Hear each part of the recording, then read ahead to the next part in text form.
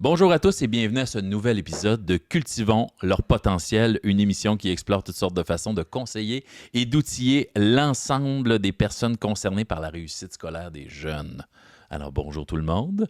Notre but suprême, évidemment, je le dis à chaque épisode, amener chaque jeune le plus loin possible dans son potentiel. Le plus loin possible de son potentiel, ça se dit mieux que dedans, c'est pas à l'intérieur.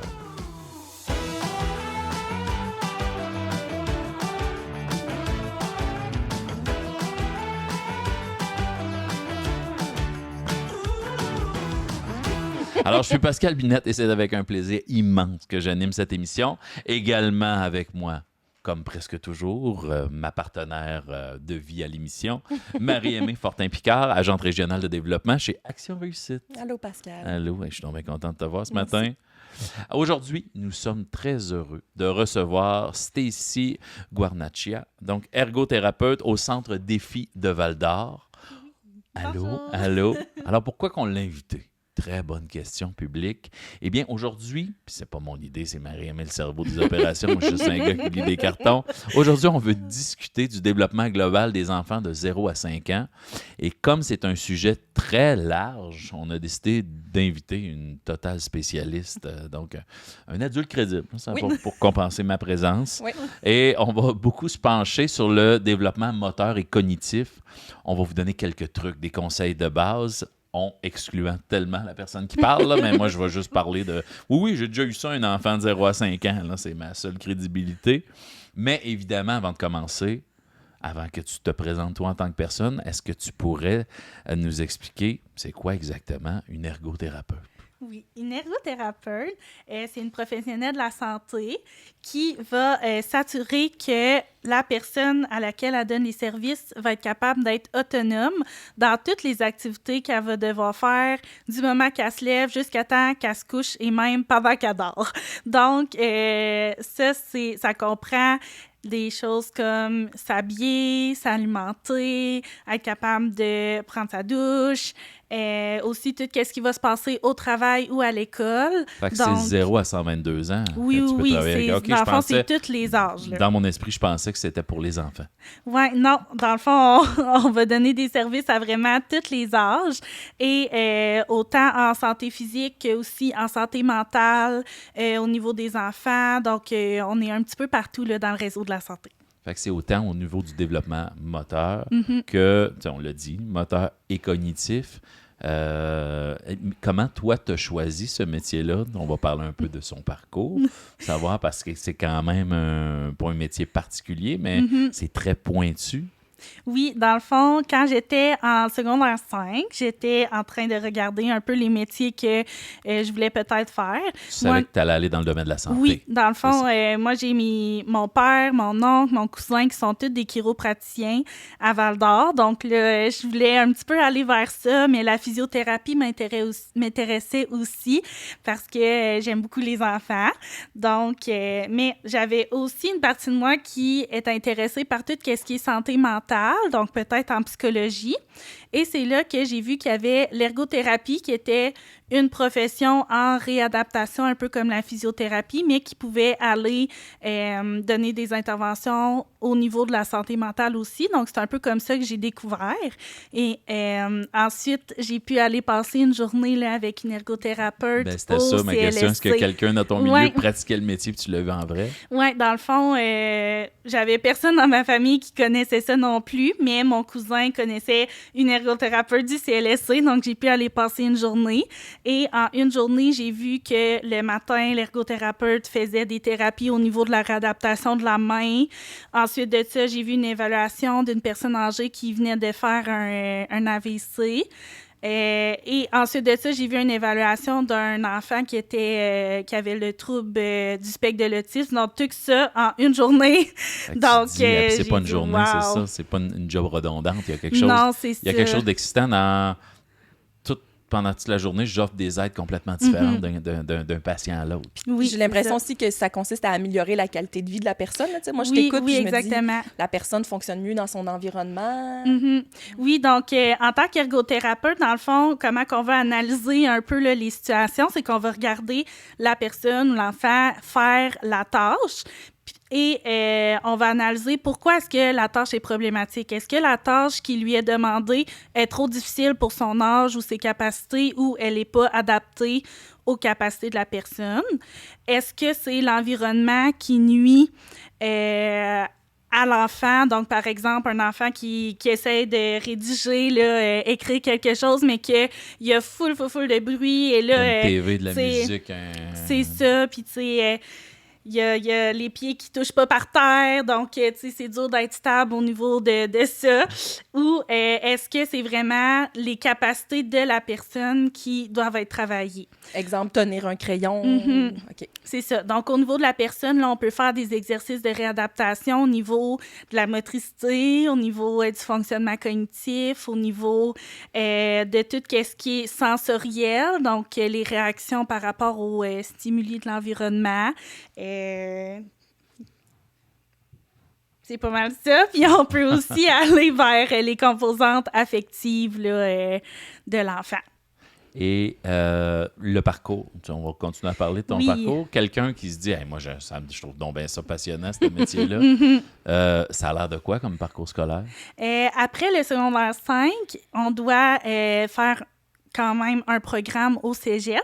Donc, moi, j'ai fait la science nature au cégep de Val-d'Or durant 2 ans, mais il y a aussi des personnes qui font le choix d'aller faire la technique d'aide en physiothérapie. Oui. Technicien en physiothérapie, excusez, ça a changé de nom depuis, de 3 ans. Et ensuite de ça, ça nous permet de rentrer dans un programme d'ergothérapie à l'université. C'est des programmes qui sont bac et maîtrise. Donc, après le bac en ergothérapie, ça ne nous donne pas le droit de pratiquer. Il faut absolument se rendre à la maîtrise, ce qui prend environ 4 ans et demi à l'université. Moi, je suis allée à l'Université Laval à Québec, mais le programme se donne aussi à Sherbrooke, à Montréal. Il y a la maîtrise qui se donne à l'Université d'Ottawa, mais seulement la maîtrise. Puis une fois que à Trois-Rivières aussi. Excusez, Trois-Rivières, évidemment. Et une fois que tu es revenu, toi, vu que toute ta famille était ici, tu as décidé de venir pratiquer en Abitibi-Témiscamingue. Oui, c'est ça. Donc, durant tout le parcours là, à l'Université Laval, il y a des stages à travers. Donc, dans mes stages, j'ai pu voir les clientèles gériatriques, donc les personnes âgées qui ont des troubles cognitifs. J'ai pu voir les ergothérapeutes dans des centres de réadaptation qui travaillent avec des personnes qui ont eu des traumatismes. J'ai aussi fait des stages au niveau des CLSC avec les ergothérapeutes qui vont adapter les environnements, par exemple, dans les maisons des personnes âgées. Oui. Et à la fin, j'ai gardé le stage de la pédiatrie pour la fin, vu que je savais que c'était un fort intérêt pour moi. Donc, j'ai fait mon stage final de 3 mois au Centre Défi et j'ai resté là après ça. Bon, je m'en allais là. C'était ma prochaine question. Ouais. Donc, tu as choisi la clientèle des enfants. Mm-hmm. Tu le savais, toi, en partant, c'est cette clientèle-là, parce que quand tu avais observé d'autres ergothérapeutes le faire, ou c'est sur ton stage, mais tu le savais avant même de faire ton stage, que c'était cette clientèle-là que tu visais. Oui, je savais que c'était un fort intérêt. J'aimais beaucoup le travail là, à tous les jours avec les enfants, que oui, les enfants ont des difficultés, mais ils ont tellement une joie de vivre innée, et les thérapies en ergo, c'est super le fun, c'est des jeux tout le temps, donc c'est juste beaucoup de plaisir avec les enfants. L'enfant, il s'en rend pas compte. Non, c'est ça, il s'en rend pas vraiment compte. Des crayons de cire, c'est ça, puis je trouve qu'on a vraiment un grand impact là, pour l'enfant pour le reste de sa vie. Puis c'est quoi exactement le centre défi? Parce que tu as fait ton stage là, puis tu as décidé de continuer à cet endroit-là. Pour les gens comme moi qui ne savent pas ce que c'est. Donc, le Centre Défi, c'est une clinique privée à Val-d'Or qui est multidisciplinaire et qui donne des services seulement aux enfants, donc 0 à 21 ans quand même, donc enfants et jeunes adultes, mais aussi aux parents, aux familles, et qui vont donner des services aussi aux intervenants, aux professeurs sous forme de formation. C'est ça. Donc, quand tu dis des services, c'est des services aux parents ou aux adultes responsables pour aider l'enfant. Oui, c'est ça. Okay. Donc, on est multidisciplinaire, donc ça veut dire qu'on a des ergothérapeutes, des travailleurs sociaux, des psychoéducatrices, des psychologues, on a des orthopédagogues aussi, des professeurs qui font du soutien scolaire. On a aussi des services en langage. Donc, on va chercher un petit peu là, tout le développement global de l'enfant à ce niveau-là. Quand un enfant se fait recommander d'aller au centre défi, je ne veux pas dire qu'il prend en charge, mais il y a une panoplie de services pour l'aider à... Comment je pourrais dire ça? C'est souvent des jeunes qui ont des retards de développement, donc atteindre le niveau qui est supposé avoir à peu près à cet âge-là. Oui, exactement. Donc, les parents, ils peuvent faire une demande, nous expliquer un peu la situation et les adjointes vont pouvoir aider à enligner l'enfant vers le bon service pour lui ou elle. Et ensuite de ça, on peut collaborer ensemble pour aider à d'autres niveaux, toujours avec le consentement du parent. Et ça permet aussi que si, exemple, les difficultés en ergo sont réglées, bien là, peut-être que, on pourrait envoyer en psychoéducation pour qu'est-ce qui est volet plus affectif. Donc, ça permet de quand même bien prendre en charge l'enfant. Vous êtes complémentaires. Oui, c'est ça. Puis dis-moi, les parents qui viennent, puis les enfants qui viennent, exemple, vraiment te voir dans le cadre de travail d'ergothérapie, enfants 0-5 ans, pour quelles raisons on va te voir, toi? Donc, une des raisons, ça peut être au niveau de... C'est quoi les petits red flags? Là, oui, que les parents c'est ça. Font, oups! Oui, c'est ça. Donc, pour donner quelques exemples de choses que je vais travailler, il y a au niveau de l'alimentation. Donc, des enfants, par exemple, que toutes les textures et les goûts dans la bouche, ils les perçoivent tellement intensément qu'ils vont rien vouloir manger. Donc, nos enfants, là, très difficile, ils vont pouvoir venir voir une ergothérapeute pour désensibiliser un peu la bouche et apprendre à accepter plus d'aliments. Il y a aussi justement les petits bébés qui ont de la difficulté à mâcher, tu sais, toute la force au niveau des muscles de la bouche et pour avaler. Si ça fonctionne pas bien, c'est aussi l'ergothérapeute qui va pouvoir le travailler. Au niveau des enfants un peu plus scolaires, on a l'écriture qui est aussi prise en charge par l'ergothérapeute. Donc, on va analyser tout ce qui est nécessaire au niveau de la motricité fine pour tenir le crayon, mais aussi au niveau de percevoir le mot à copier, au niveau de la cognition, se rappeler du mot à copier. Donc, c'est quand même une occupation complexe là, qu'on va pouvoir travailler. Au niveau des enfants plus jeunes, là, justement à 0-5 ans, ben, on va aussi voir des enfants qui manquent de force, qui manquent de tonus, qui font pas les choses qui sont attendues pour leur âge au niveau de l'autonomie. Ben moi, mon enfant, tout le monde me dit qu'il devrait marcher à 4 pattes, il devrait être capable de se tourner. J'imagine que ça peut être le genre de questions qu'on vous pose. Oui, exactement. Comment les gens rentrent dans le système pour se rendre jusqu'à vous? Est-ce que c'est souvent, des gens à la garderie qui vont le détecter? Ah, il y a quelque chose, ou est-ce que c'est les parents directement?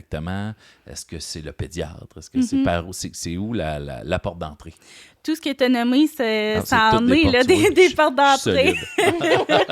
Donc, parfois, c'est les professionnels dans les garderies qui vont voir des petits red flags, comme on dit, qui vont suggérer aux parents d'aller consulter. Parfois, c'est justement le pédiatre. Quand il va voir l'enfant ou si le parent rapporte des inquiétudes, le pédiatre va pouvoir référer en ergothérapie.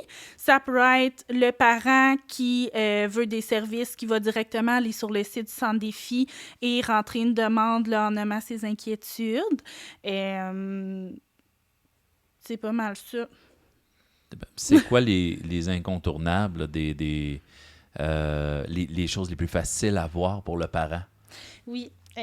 Donc, des fois, le parent va... Pour pas oublier des choses. Non, mais t'as le droit, toi aussi. T'as tellement d'affaires qu'on te demande. Oui. Donc, les parents, des fois, tu regardes ton enfant, tu peux pas toujours comparer. Des fois, tu sais, une travailleuse de garderie, la technicienne a fait oups, elle observe parce qu'elle est habituée que les enfants à peu près tout le temps le même âge. Mais toi, à la maison, tu ne sais pas que ton enfant il est supposé être rendu là. Oui. Donc, quelques signes qu'un enfant devrait être vu en ergothérapie, c'est la première chose, je dirais, c'est si les besoins de base sont pas répondus. Donc, l'enfant, il est pas capable d'accepter assez d'aliments pour répondre à une alimentation complète pour qu'il puisse bien grandir. Ou un enfant est pas capable de s'endormir le soir puis de bien dormir pendant la nuit, donc calmer son système nerveux pour avoir un bon sommeil. Aussi, l'enfant, là, généralement, on n'est pas capable de le faire fonctionner dans un milieu de garde parce parce qu'il y a des crises ou des choses comme ça. Donc, si les besoins vraiment de base ne sont pas répondus, ça, c'est un point fort. Oui. Sinon, je dirais que dès que, comme parent, vous ressentez une inquiétude pour votre enfant, c'est toujours correct de faire une demande en ergo, là. Puis, par exemple... C'est pas grave, au pire, ils vont se faire dire... Exactement. C'est là qu'elle est supposée être rendue, votre fille ou votre fils. C'est ça. Puis au centre défi, là, quand on reçoit une demande, quand on ouvre un dossier en ergothérapie, on va tout le temps avoir une rencontre d'ouverture de dossier où le parent va pouvoir nous expliquer c'est quoi la situation et si ce n'est pas cause à s'inquiéter, mais on va pouvoir le dire juste là, donner des petits conseils et c'est ça, là. Donc, c'est jamais grave de faire une demande pour ça.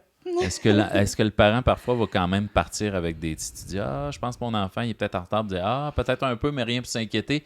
Y a-tu des trucs, des exercices, des choses, des highlights de dire moi, je vais pratiquer mon enfant en faisant telle chose pour qu'il... Des fois, on le fait naturellement, là, mais puis le but, c'est... Oui, excuse-moi. Mais le but, c'est pas de remplacer le travail de l'ergothérapeute ou d'ajouter de la pression sur le parent, là. Moi, j'ai toujours cette préoccupation-là avec le balado. C'est pas que les parents deviennent des ergots.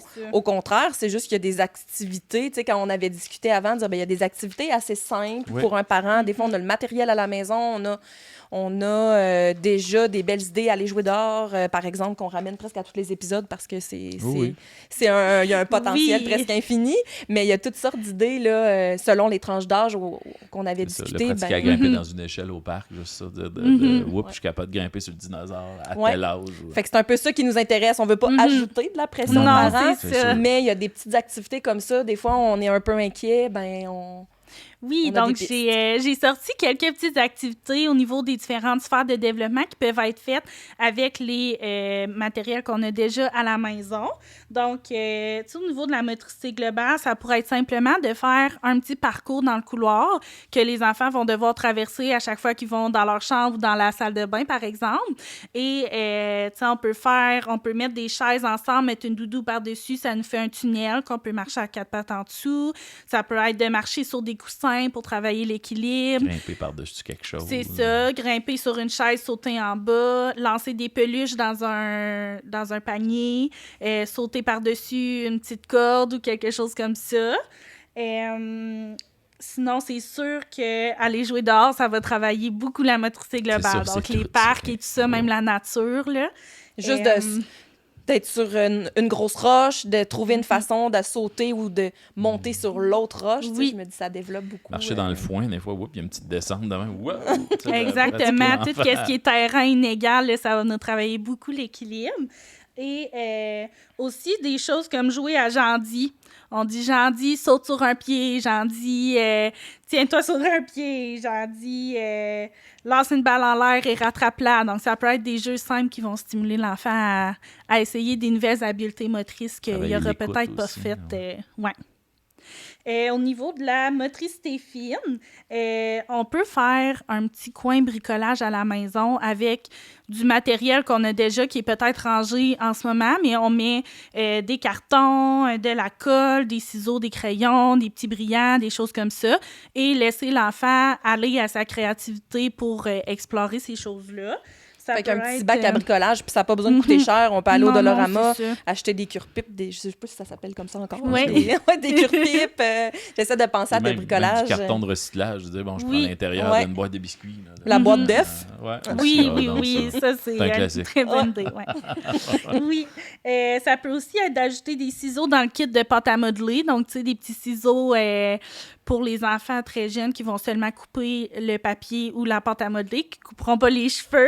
Ouais. Ça peut être aussi de faire un petit bac. On prend un petit bac ou un plat qu'on va faire un gâteau dedans, par exemple. On met de la farine ou du riz, puis des petites billes, puis on va mettre des petites pinces. Comme ça, l'enfant va pouvoir aller chercher les choses avec les pinces ou mettre ses mains dedans pour aller désensibiliser les doigts. Ah. Ouais. Ah, Oui, fun. puis parce que je me dis, les gens qui connaissent moins ça, la motricité fine, à quoi ça sert? On dirait que, tu sais, motricité globale, on pense sauter, courir, grimper. Motricité fine, ça se trouve à être, tu sais, ça va...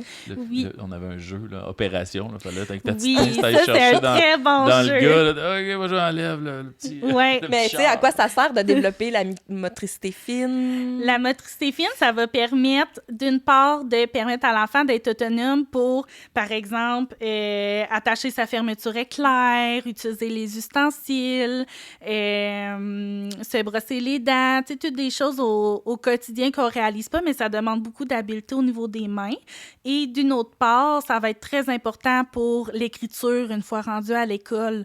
Donc, c'est pour ça aussi qu'on fait faire beaucoup de coloriage, de découpage. C'est tout dans le but de développer la C'est le doigt, musculature c'est le main, des ouais. mains et l'habileté de bouger les doigts indépendamment les uns les autres. De pouvoir prendre des petites C'est choses. ça, prendre des petites choses. C'est tout dans le but que plus tard, ça soit facile de faire les lettres Pas juste avec la le crayon. manette, là, d'autres choses que ça. Ou ça. Ben, attacher des boutons, j'imagine. Oui, oui. À un moment donné, tu sais, Donner dans ça. l'habillement, là, Oui. il y a ça aussi. On veut que l'enfant devienne autonome. Dans... Ouais, un enfant qui attache une chemise, moi, genre. Ah oui, ça, c'est difficile. Il y en a de la concentration là-dedans, c'est adorable. Oui. OK, il y en a un. Il est ébloui.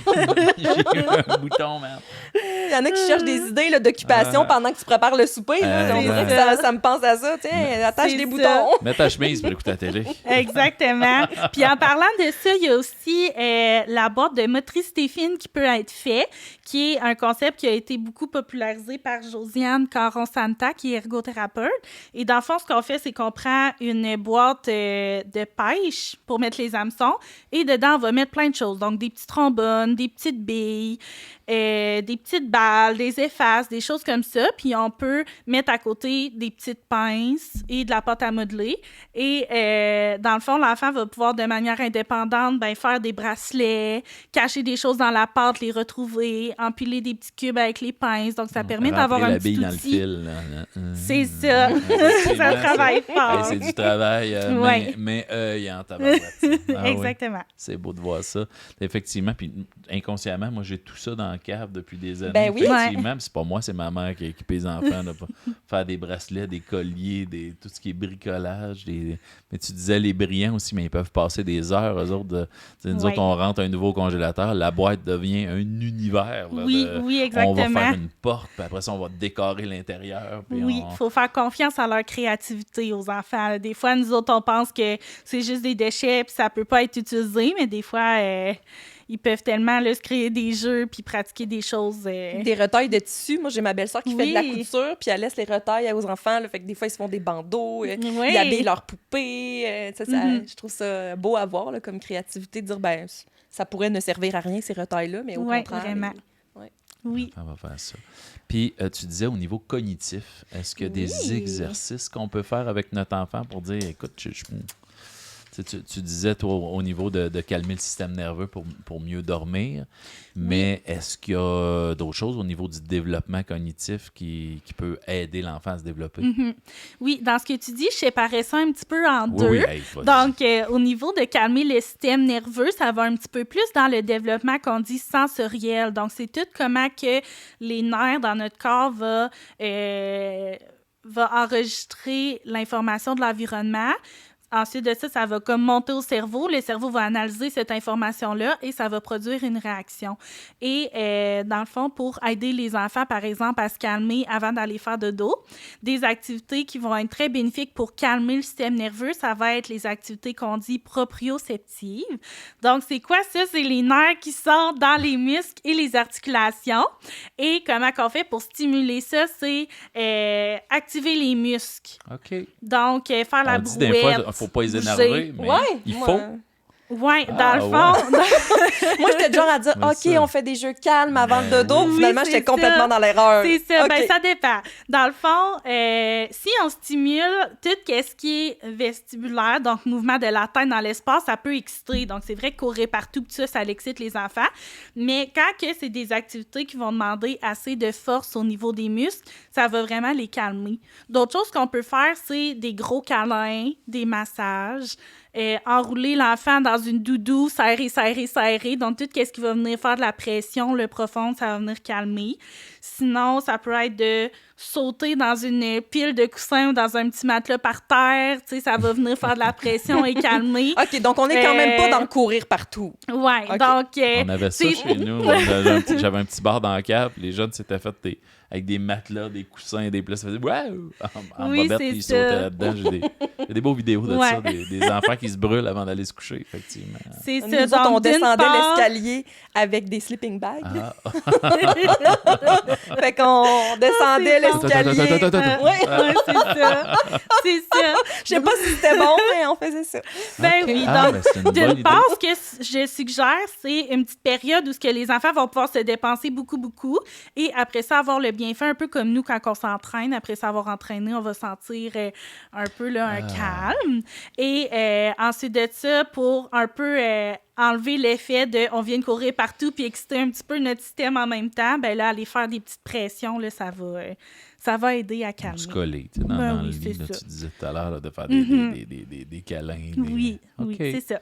Fais ça, puis lire un petit peu peut-être après. Oui, c'est sûr, ouais. Mais juste être collé, puis effectivement, c'est vrai, même moi, des fois, j'ai pas le goût de me relever. Là, il y a quelque chose qui fait du bien. Est-ce qu'il y a d'autres choses au niveau? Là, tu disais, il y avait une deuxième partie. Oui, bien, dans le fond, tout ce qui est plus cognitif, à ce niveau-là, ça pourrait être de faire des jeux comme copier des traits. Donc, on va dans le sable dehors, dans la terre, ou même dans un plat de farine dans la cuisine, et on va faire imiter un trait vertical, un trait horizontal. Donc, ça va tout travailler la capacité cognitive de l'enfant à percevoir, c'est quoi que maman ou papa vient de faire là dans la farine. C'est sous forme d'imitation. Je le fais la même chose. C'est ça. Et après ça, contrôler son corps au niveau moteur pour le reproduire, ça va être un préalable important pour faire des lettres, copier des lettres. C'est ça, j'allais te dire. J'ai dit, une fois qu'ils sont avancés, tu peux dire refais un B.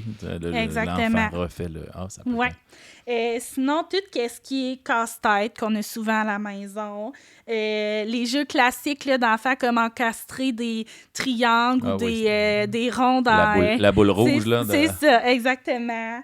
Faire des tours d'anneaux du plus grand au plus petit. Tout ça, ça va travailler un petit peu comment on perçoit les choses et le développement au niveau J'avais les cognitif. petites poupées russes chez nous. Moi, mes filles tripaient là-dessus. Là, prendre la petite, la mettre dans l'eau plus grosse, plus pas manette. Ah non, je n'ai oublié un autre. Exactement. Ça, ils ont adoré ça. Je pense qu'on avait 5-6 à la maison. Là. Ça, c'est une bonne activité aussi. OK. Là, Ah, ben, tu vois, on faisait même pas exprès. Oui, et sinon, il y aurait aussi faire imiter des constructions de blocs. Donc, des fois, on fait un petit train, on demande à l'enfant de faire la même chose. Donc là, il doit regarder comment que le bloc est placé au niveau 3D. Ça va venir stimuler aussi.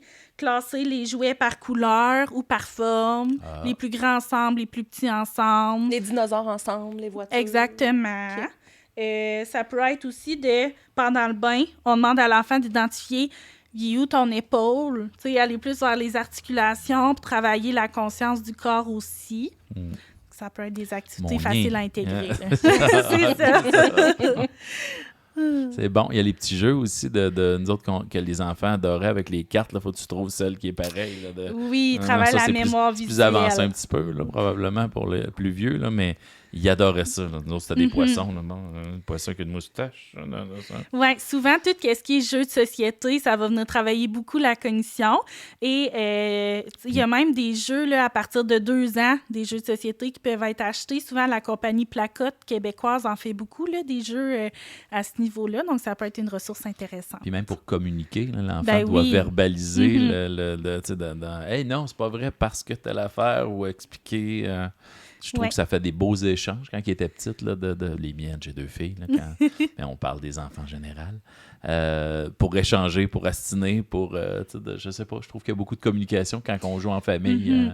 Oui, c'est sûr que tout ce qui est langage, c'est aussi beaucoup cognitif. Là. C'est plus fait par les orthophonistes, donc c'est pour ça que j'en parle un petit peu moins, mais certainement que tout ce qu'on dit, nommer les articulations, nommer les couleurs, les formes et tout ça, ça va venir chercher souvent, on peut travailler des préalables en langage. C'est ça, on aussi, peut travailler plusieurs sphères de développement en même temps. Oui. Puis, comme tu dis, des fois, sans même s'en rendre compte. Mais ce que je trouve intéressant, c'est que finalement, on se rend compte que comme parent ou comme grand-mère ou comme tante, on en fait déjà. Ben oui. On a déjà du matériel, sortir les chaudrons, OK, on empile les plats. Il y a plein de possibilités puis d'éléments qu'on fait déjà pour soutenir notre enfant. Puis instinctivement, on le fait, l'enfant est dans le cours, il se met à construire un univers avec les cossins qui traînent dans il y a une maison le avec cours. des roches. Exact. Il y a des bâtons, il y a une vieille bâche, on se construit un camp. L'enfant le fait instinctivement avec son imaginaire, mais il ne sait pas, lui, mais il est en train de travailler son développement. Puis, tu sais, on dit tout ça prépare à l'entrée à l'école, mais prépare à sa vie en général, son fonctionnement. Oui, la période 0-5 ans, c'est la période la plus importante pour développer tout ce qui est musculature et développement cognitif et sensoriel. Là, c'est vraiment dans ces âges-là que le système va le plus emmagasiner, se développer rapidement. Donc, ça vaut la peine de travailler fort. Apprendre par le jeu. Oui. Même toi, tu disais... Tu t'amuses. Ça a l'air de quoi une visite? Quelqu'un qui n'a jamais été chez l'ergothérapeute, moi j'arrive là, est-ce que mon enfant il va tout seul? Est-ce que je suis avec elle? Est-ce que... Ça a l'air dépend. de quoi une visite? Je sais que chaque enfant a des problèmes différents ou des choses à travailler, mais ça a l'air de quoi une rencontre avec toi? Je pourrais donner un exemple d'un enfant de 4 ans, par exemple, qui vient me voir pour les préalables scolaires. Donc, travailler un petit peu le développement global pour être prêt à rentrer à la maternelle 4 ans. Donc, le parent peut être là ou pas. J'aime que le parent soit là parce qu'il peut voir tout ce que je fais et je peux expliquer pourquoi, donner des petits trucs. OK, vous pouvez reproduire ça à la maison.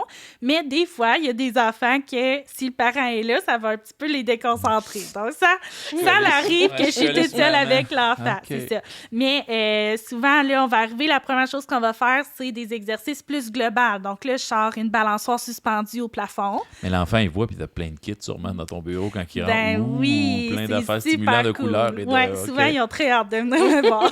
Là, tu sors une balançoire, exemple. Oui, c'est ça. Puis à chaque rencontre, j'ai un thème, comme par exemple l'automne. Bien là, dans la balançoire, il va se coucher sur le ventre, il va travailler beaucoup ses abdos, son dos. Il va devoir ramasser des feuilles par terre. Ensuite de ça, on va peut-être faire un parcours moteur, aller travailler tous les sauts, la planification des lancers pour atteindre une cible. Ensuite de ça, vu que l'enfant est pas mal excité de tout ça, on peut peut-être faire des petits massages. Donc, des fois, je vais rouler un gros ballon suisse sur l'enfant, donc pour faire des pressions profondes. J'ai aussi des vibromasseurs. Pour toutes les vibrations, ça va aussi venir calmer le système. Après ça, on va aller plus vers la table. On peut faire des exercices de force des mains pour aussi réveiller les muscles. Donc, souvent, j'ai de la petite pâte dure là, qu'on va aller chercher des objets dedans, faire des jeux avec des pinces. Et ensuite de ça, vu que notre corps est plus prêt, bien là, on va aller vers plus le découpage, le crayon, travailler les habiletés avec les outils. Et là, tu viens de nous dire plein de rencontres là, dans tout ça. Là, où ça a 50 minutes, là, on va faire tout ça. Là, ouais. L'enfant est brûlé, rendu là, il n'y a plus d'10 heures à dormir. Je pensais, moi, je voyais plusieurs... Je me disais, fait que toi, en faisant ça en 50 minutes, tu regardes un petit peu toutes les sphères du développement et après ça, tu fais « Ah! » Là, tu t'es noté, il y a ça. Puis dans les rencontres subséquentes, après... tu vas travailler plus, évidemment, ce que l'enfant a de difficulté. Oui, parce que les activités, au début, on y va plus global vers, après ça, le plus fin pour suivre un peu aussi comment l'enfant se développe du bas âge. Et... où est-ce que je m'en allais avec ça?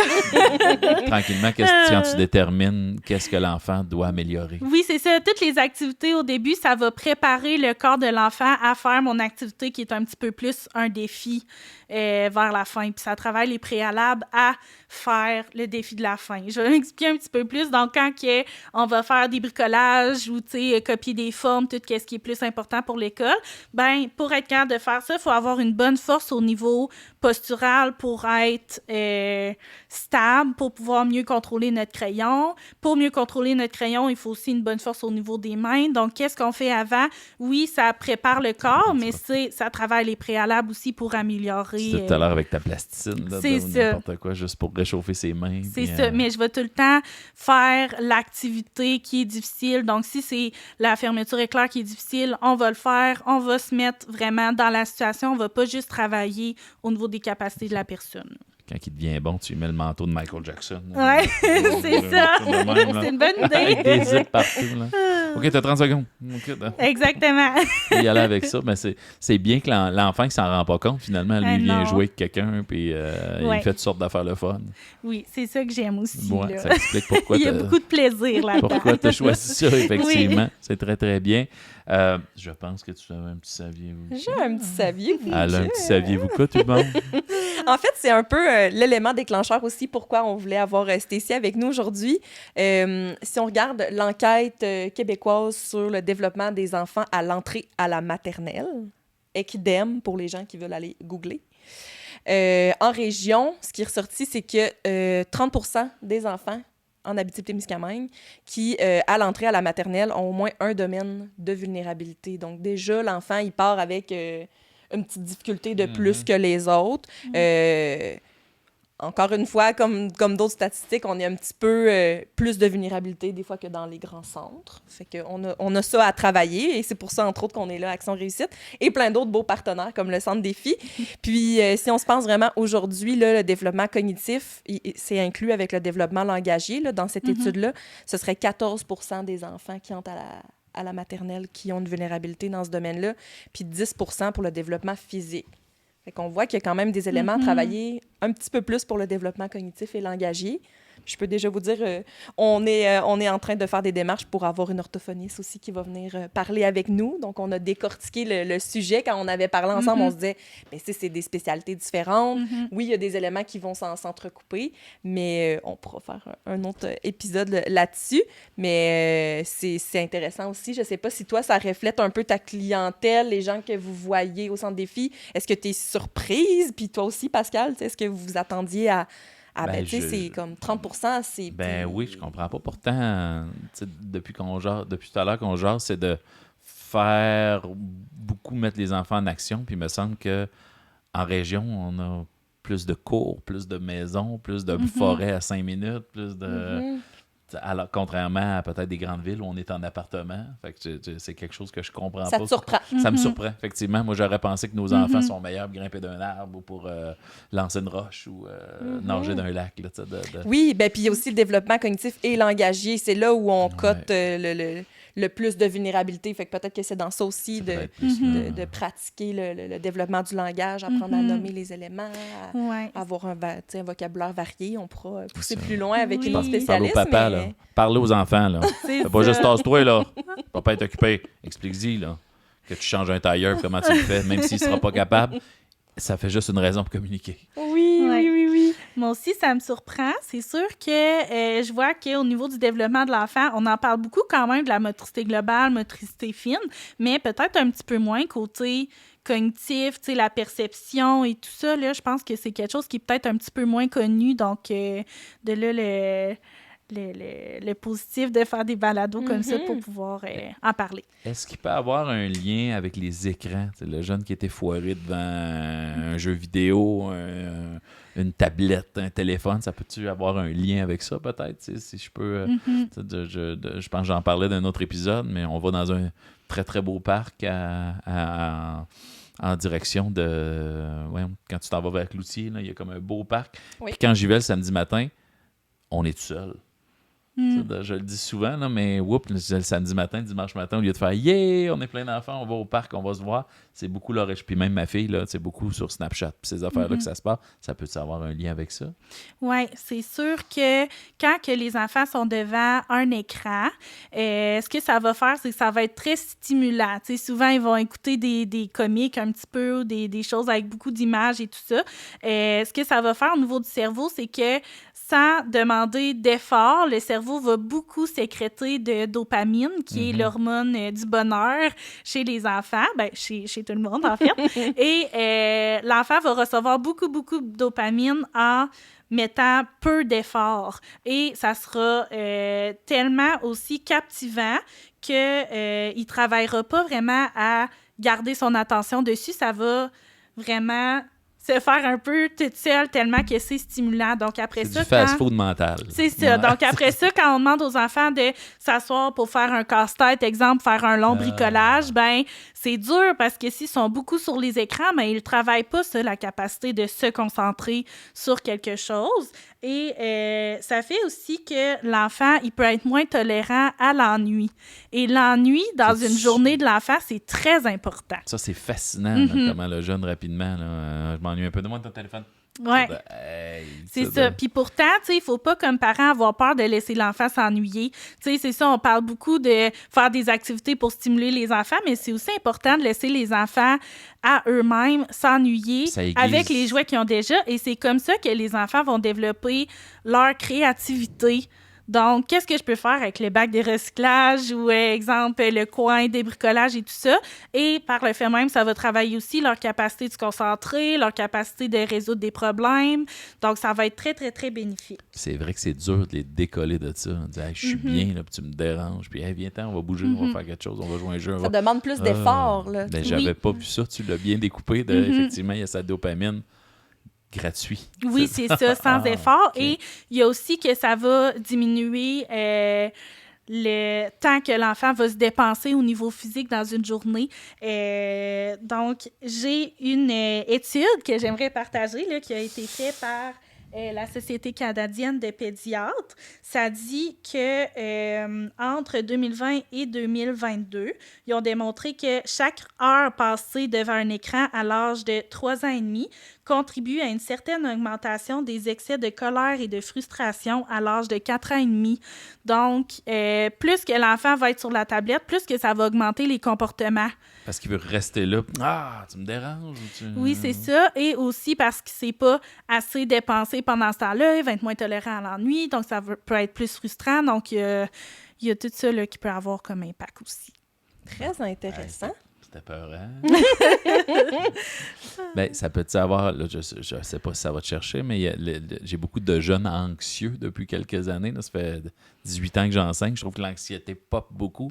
C'est parce que leur cerveau est trop stimulé de ça. Puis, je connais rien là, Ça peut-tu avoir un lien? C'est peut-être une question plus pour une psychoéducatrice, mais je me dis que les enfants qui sont anxieux, des fois, ils vont être plus attirés vers les tablettes parce que ça va tellement captiver toute l'attention et donner de la dopamine gratuite que ça va calmer l'anxiété. Okay. Mais, tandis qu'on aimerait mieux qu'ils trouvent des moyens de calmer leur anxiété autres, par rapport à des jeux calmants ou justement des méthodes plus sensorielles. Donc, j'aurais comme peut-être cette hypothèse-là. Là. Top, là. Eux autres, c'est des tablettes. Ça me calme. Ça faisait... Ah oui, hein? ça les calmait.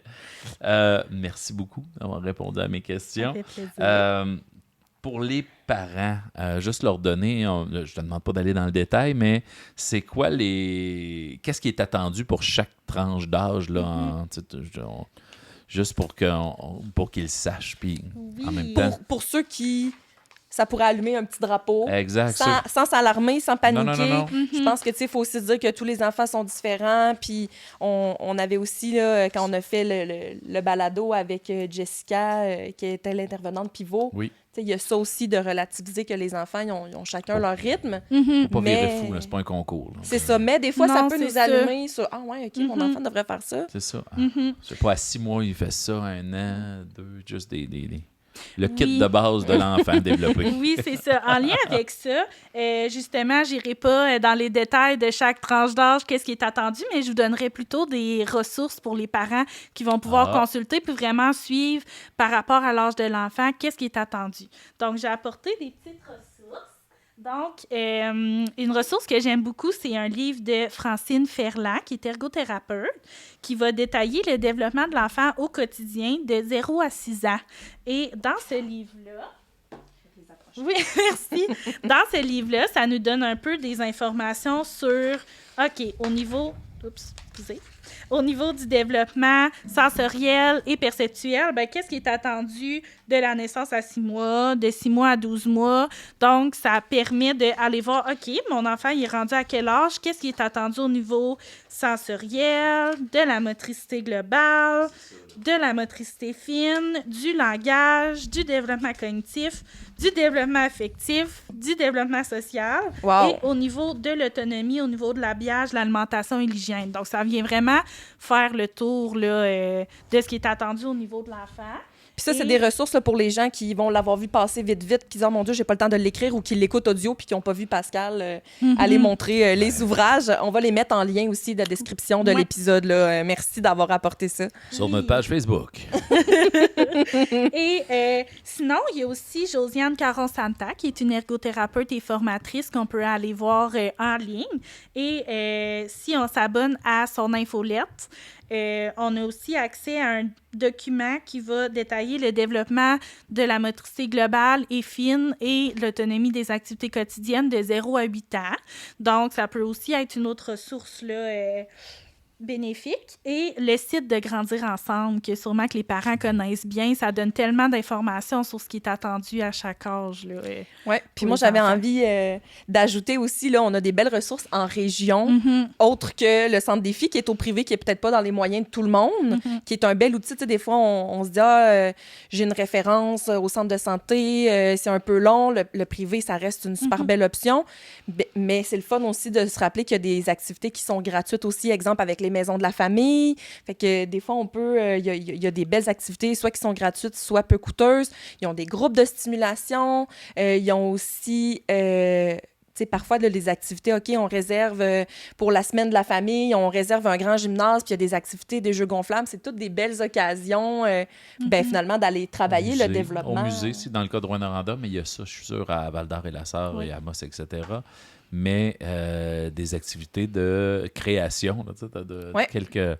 Ici, c'est Marc Julien qui donne des activités d'art plastique avec les enfants, là, d'art visuel. Donc, tu disais tout à l'heure, les ciseaux, les arts, elle leur fait jouer avec toutes sortes de matières. Et oui, effectivement, donc, dans les centres d'exposition, il y en a aussi. Là, pour stimuler les enfants, c'est pas très cher. C'est gratuit même. Ben, surtout dans les activités comme les Journées de la culture, il y a le Festival Petit Bonheur qui a des activités, donc il y a différentes opportunités. La Semaine québécoise des familles, il y a beaucoup d'activités à faible coût qui se font dans si vous êtes abonné à ces pages-là, il y a une activité gratuite à tel endroit ou des fois à tel parc, il y a telle affaire. Donc, ça vaut la peine de les suivre. Puis il y a plein de... Tu sais, des fois, on le sait pas comme parent, dire, je sais plus quoi faire, c'est un peu plate, je veux décoller mon enfant de la télé ou des tablettes. D'aller voir avec la Maison de la famille, je pense que ça peut donner déjà eux, s'il y en a qu'on n'a pas nommé ou dans différentes MRC, différentes villes, il y aurait des exemples. Puis j'ai vu passer aussi hier sur Facebook Tic Tac Park avec Rouyn-Noranda qui fait des activités dans les parcs tout l'été. Puis là, j'ai vu qu'il faisait une programmation cet automne d'ouverture de gymnase. C'est gratuit, on peut aller faire des activités au gymnase. Donc, un parent qui dit moi, je ne sais pas tant que ça comment faire un parcours moteur. Là. Belle idée, c'était ici, mais je ne sais pas tant que ça. Ben on y va. C'est une activité qui est gratuite. Les enfants courent dans le gymnase. On sort les gros coussins bleus puis on se lance des ballons en mousse. C'est ça. Fait que, tu sais, je trouvais ça le fun de rappeler ça. Oui. Si jamais il y a des gens qui nous écoutent qui sont bilingues, il y a aussi l'organisme Neighbors, si vous êtes une personne anglophone, qui sont rendus avec une intervenante aussi. Si on a des inquiétudes pour notre enfant, puis qu'on veut peut-être avoir un petit coup de main, savoir vers où se diriger, j'ai su que cet organisme-là avait une nouvelle intervenante un peu pivot, là, évidemment, qui a un autre terme vu que c'est en anglais, mais c'est un peu... Pivot. Pivot? OK. Ouais, non. Okay. Je ne sais pas. Sûrement pas. J'annonce que non. Mais c'est ça. Fait qu'il y a Neighbors aussi, qui est un organisme pour la population anglophone. Puis on a le groupe Images qu'on avait reçu aussi. Qui font toutes sortes d'activités. Un parent qui s'inquiète, un père qui ne sait pas trop par où passer, ben on peut appeler le groupe Images, qui font pas particulièrement une activité de stimulation pour les enfants, mais un parent qui ne sait pas trop. Oui, tout à fait. Puis sûrement qu'on en oublie plein, mais on se disait, ça serait le fun avant de partir de penser à des activités. Puis tu sais, tu m'avais même dit des activités gratuites comme faire une randonnée.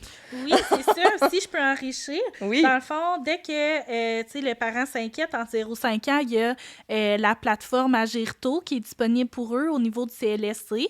Donc, il est possible de rentrer une demande là, si on s'inquiète. Il y a justement aussi le centre défi que c'est sûr que ça a des coûts, mais il offre des groupes de stimulation pour les enfants de 3 à 5 ans pour travailler les préalables scolaires, des fois des groupes d'apprentissage du vélo si c'est quelque chose qui est difficile pour l'enfant. Et sinon, pour justement, qu'est-ce qui est de plus gratuit, effectivement, juste des randonnées, aller se promener en nature, marcher sur du terrain inégal à la plage, par exemple, manipuler des petites roches, apporter C'est des ça. petits ciseaux en randonnée pour découper des feuilles. On le faisait ça, ramasser juste les roches blanches ou les Exactement. roses. Puis C'est ça, ma avec des belle-mère petits pains faisait sous les mains. avec les enfants, ils amenaient chacun un petit sac puis allaient chercher tout dans le bois des bourgeons, des cocottes, puis c'était avec ça qu'ils faisaient leur bricolage après. Et sinon, c'est sûr qu'il y a des coûts associés, mais c'est toujours une bonne idée d'aller inscrire l'enfant dans un sport qui rejoint ses intérêts ou inscrire à un cours de musique, là, si c'est dépendamment, si c'est plus la motricité globale ou motricité fine qui est Cours plus de danse. difficile, c'est Ou ça. d'art Donc, des fois, dramatique. aller vers l'intérêt de l'enfant pour aller faire une activité de loisir, là, ça peut aider à développer... Puis même son L'enfant. côté social aussi, là, Oui. apprendre à échanger avec l'autre, à s'astimer, Oui. à régler des conflits puis à travailler en équipe. Donc souvent, c'est des petites choses aussi que l'enfant doit travailler. Notre but étant d'outiller les parents et l'entourage, évidemment, qui aiment l'enfant. S'il y avait une seule chose à retenir de l'enfant, ce serait quoi? Je pourrais peut-être Veux-tu y que je aller. commence, moi, juste pour montrer Oui, comment ça vas-y, marche? oui. Moi, ce que j'en retiens, c'est, oui, on peut consulter des ouvrages pour savoir où ce qu'on est, mais faut juste stimuler son enfant, le convaincre. Des fois, tu disais tout à l'heure, il est difficile à décoller de son écran. Dire, hey, viens-tu jouer un jeu? Viens-tu, on va aller dehors? Viens-tu, on va aller grimper? Moi, j'aime ça. On va dans les caps de roche. Des fois, on va dire, on va faire une aventure dans le cap d'ours. Juste pour grimper, bricoler, prendre des photos. Des fois, on se sert des photos. Il y a le lac Rouen, il y a des trails, il y a des petits bonhommes en bois. On va aller prendre des photos. On cherche les bonhommes. On cherche les bonhommes en bois, puis les enfants sont tout contents. Donc, juste peut-être, juste les stimuler, dire, puis en même temps, ça fait du bien aux parents aussi. Ça nous fait sortir de notre...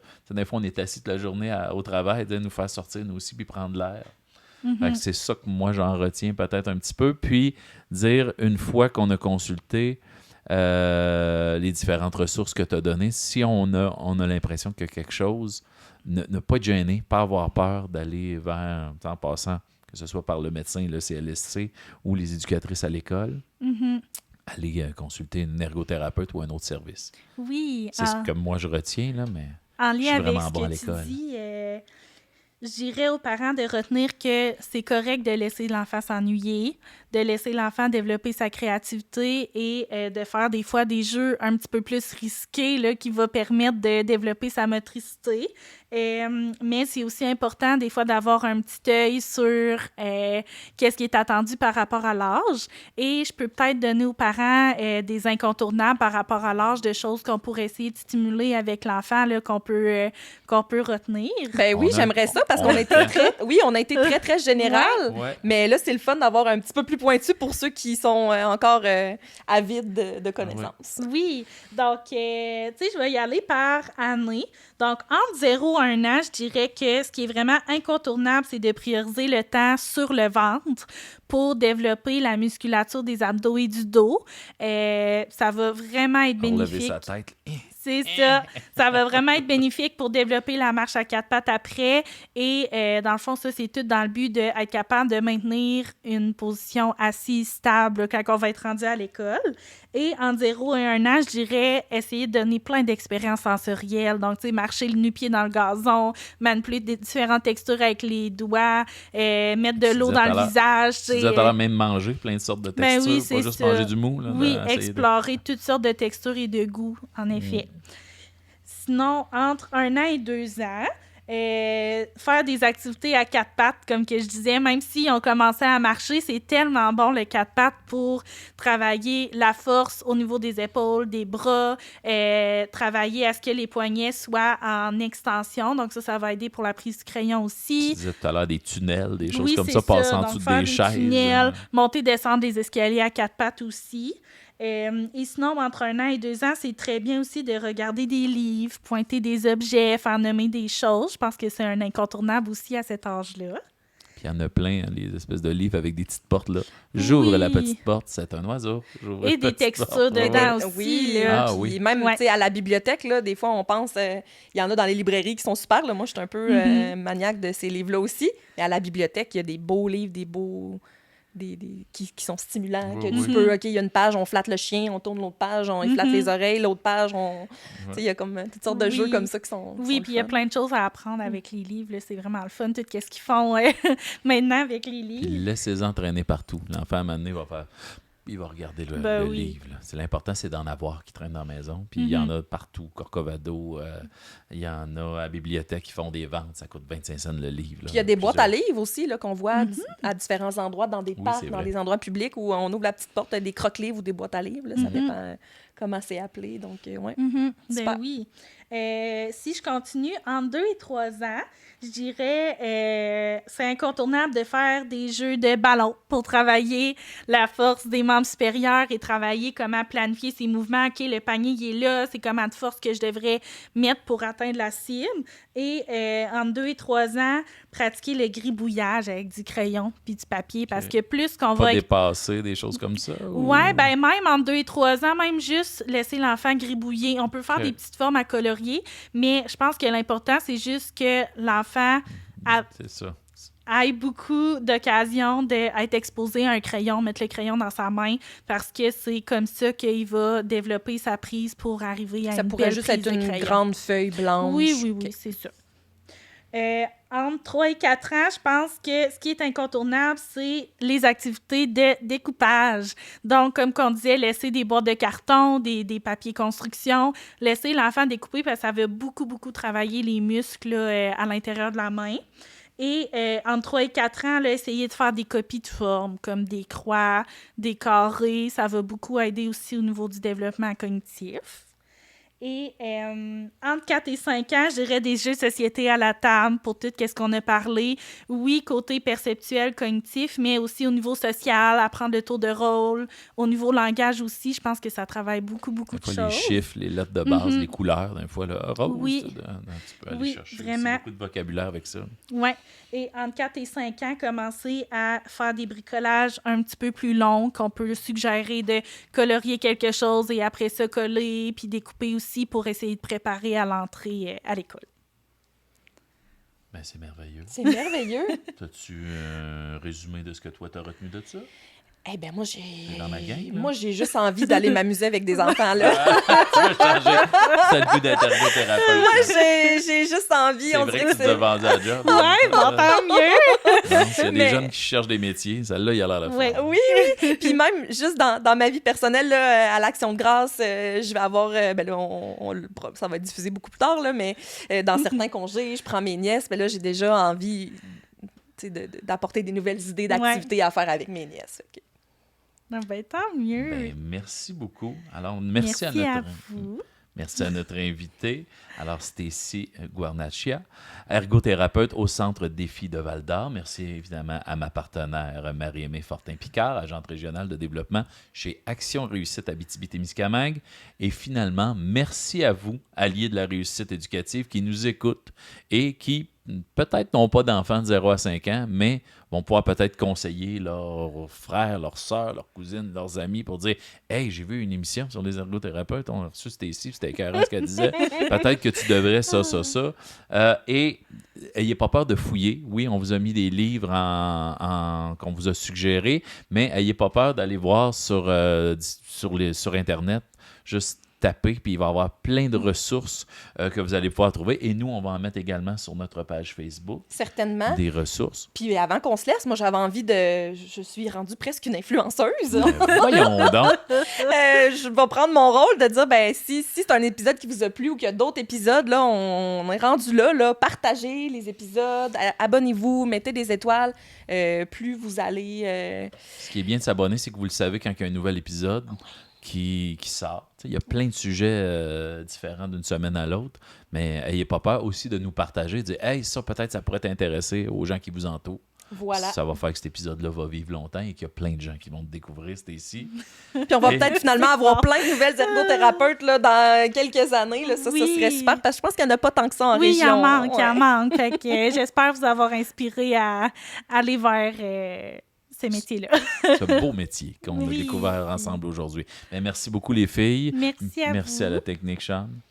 Sur ce, on se revoit pour un prochain épisode de Cultivons leur potentiel. À la prochaine.